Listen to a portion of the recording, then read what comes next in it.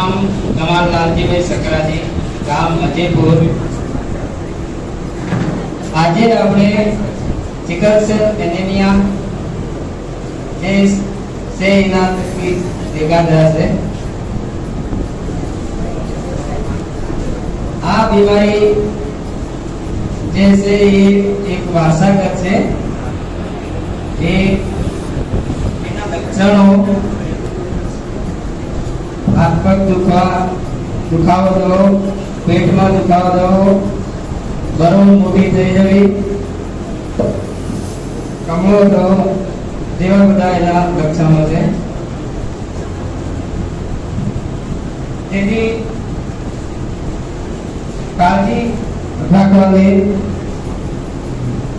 ठंडीमां वधारे बहार न करवो, वरसाद के ठंडा पानी थी पलळવું नहीं, ઊંચાણવાળી જગ્યાએ જવું નહીં, ને તાપમાં વધારે પડતું થવું નહીં। ને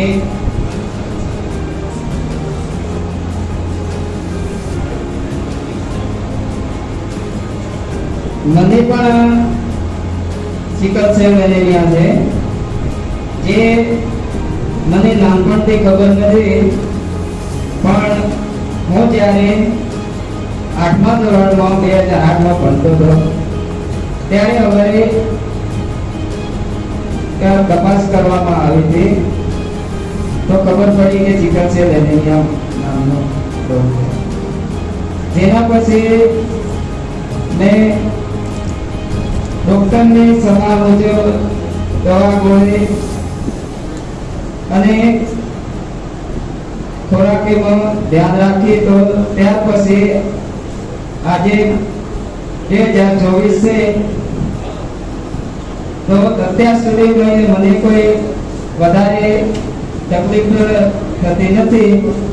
પણ આપણને ખાસ ધ્યાન રાખવાનું કે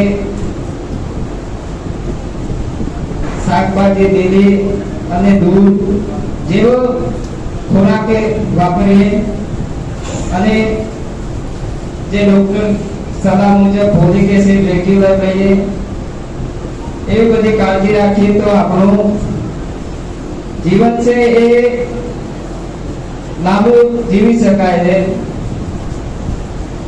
કોઈ આ બીમારીનો અટકાવ જળ મૂળથી મટાડી શકાતો નથી, પણ એને અટકાવી શકાય છે।